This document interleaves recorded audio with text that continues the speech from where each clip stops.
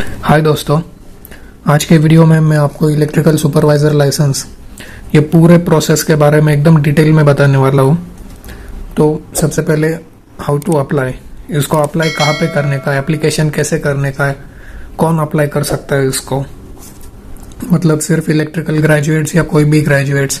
अगर एग्जाम होगा तो कहाँ पे होगा, कौन कंडक्ट करेगा, कब होगा, और एग्जाम का पैटर्न क्या होगा, थ्योरी कितने मार्क्स का रहेगा, ओरल कितने मार्क्स का रहेगा, उसका सिलेबस क्या होगा, डॉक्यूमेंट्स कौन कौन से चाहिए। ये डॉक्यूमेंट जो है ये बहुत ही ज़्यादा कंपलसरी होते हैं, क्योंकि अगर एक भी डॉक्यूमेंट नहीं रहेगा तो वो जो बोर्ड है जो आपको लाइसेंस देता है वो आपका लाइसेंस फॉर्म रिजेक्ट भी कर सकता है।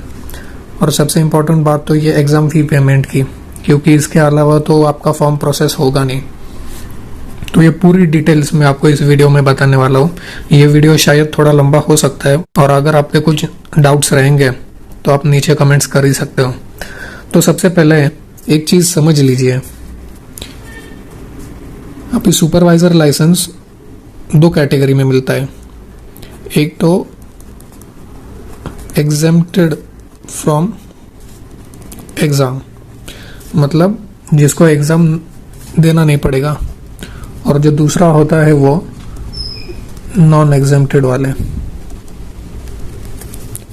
ये दोनों बस ध्यान रखो, मैं आपको बताऊंगा ये कौन कौन है। एग्जेम्प्टेड में नहीं देना पड़ेगा एग्ज़ाम, और नॉन एग्जेम्प्टेड में एग्ज़ाम देना ही पड़ेगा। तो चलिए वीडियो को शुरू करते हैं।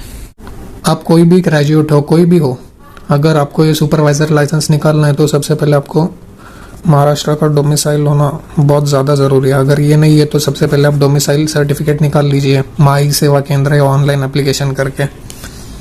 तो ये सुपरवाइजर लाइसेंस जो है उसको अगर हम डिवाइड करेंगे तो तीन कैटेगरी के लोगों को मिल सकता है। पहला तो रहेगा वायरमैन, जो 10th पास होना चाहिए और वायरमैन का एग्ज़ाम भी पास होना चाहिए, और उसको 3 इयर्स का एक्सपीरियंस होना चाहिए कॉन्ट्रैक्टर के अंदर। दूसरा होगा कोई भी ग्रेजुएट जिसको बस 1 ईयर का प्रैक्टिकल एक्सपीरियंस चाहिए इलेक्ट्रिकल कॉन्ट्रैक्टर के अंदर, कॉन्ट्रैक्टर।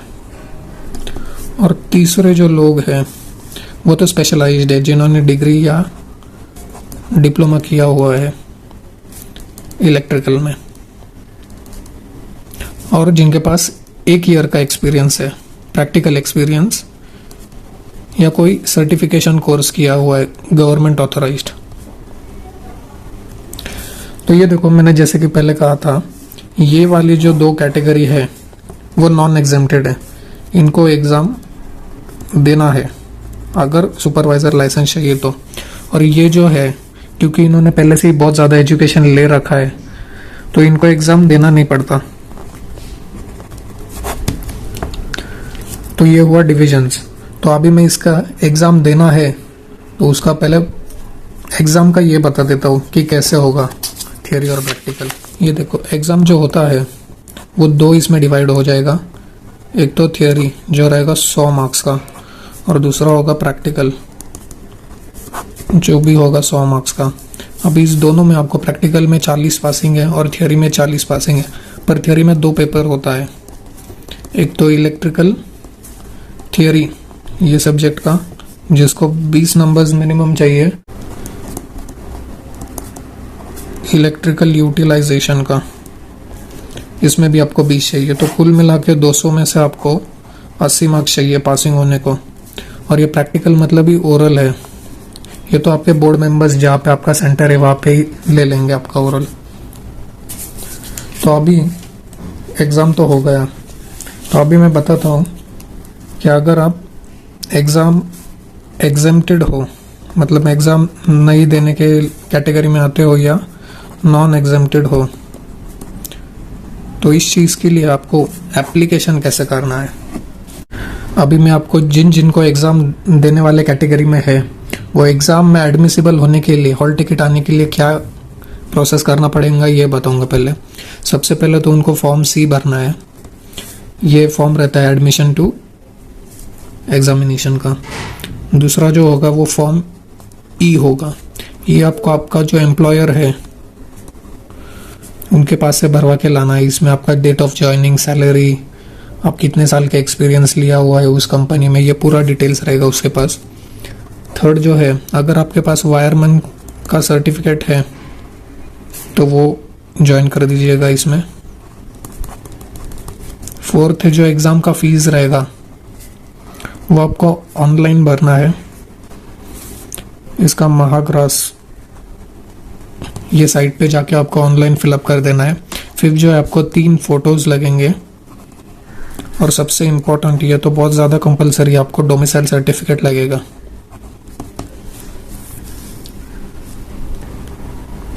तो ये जो पूरे डॉक्यूमेंट्स है, चाहे तो आप इसका स्क्रीनशॉट ले लो या कहीं पे नोट कर दो, ये पूरे डॉक्यूमेंट्स मिला के आपको सिर्फ एग्ज़ाम में ये प्रवेश का एप्लीकेशन है ये।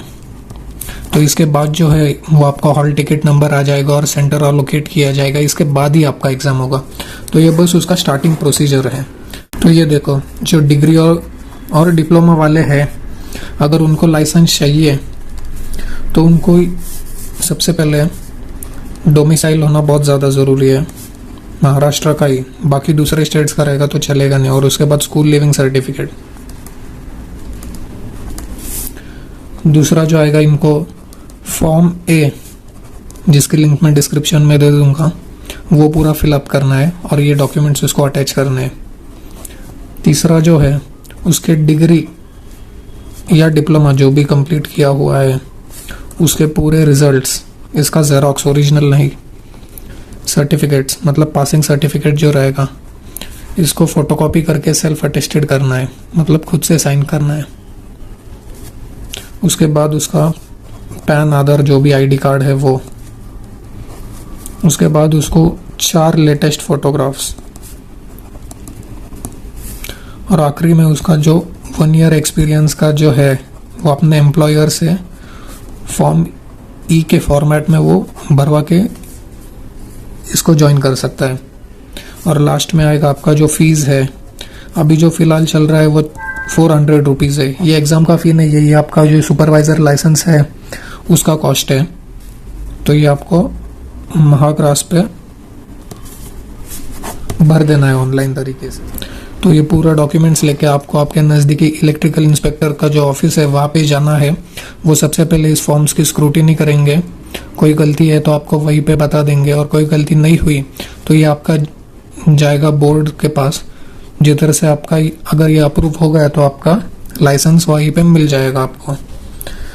तो बस इतना ही था। ये बहुत ही ज़्यादा आसान प्रोसेस है, लेकिन इन्फॉर्मेशन अवेलेबिलिटी इसकी ज़्यादा नहीं है, इसलिए ये बहुत ज़्यादा डिफ़िकल्ट लगता है जिनको निकालना है उनको। और फिर भी अगर आपको कोई डाउट है तो मैंने आपका कॉन्टैक्ट शेयर किया है ये नीचे।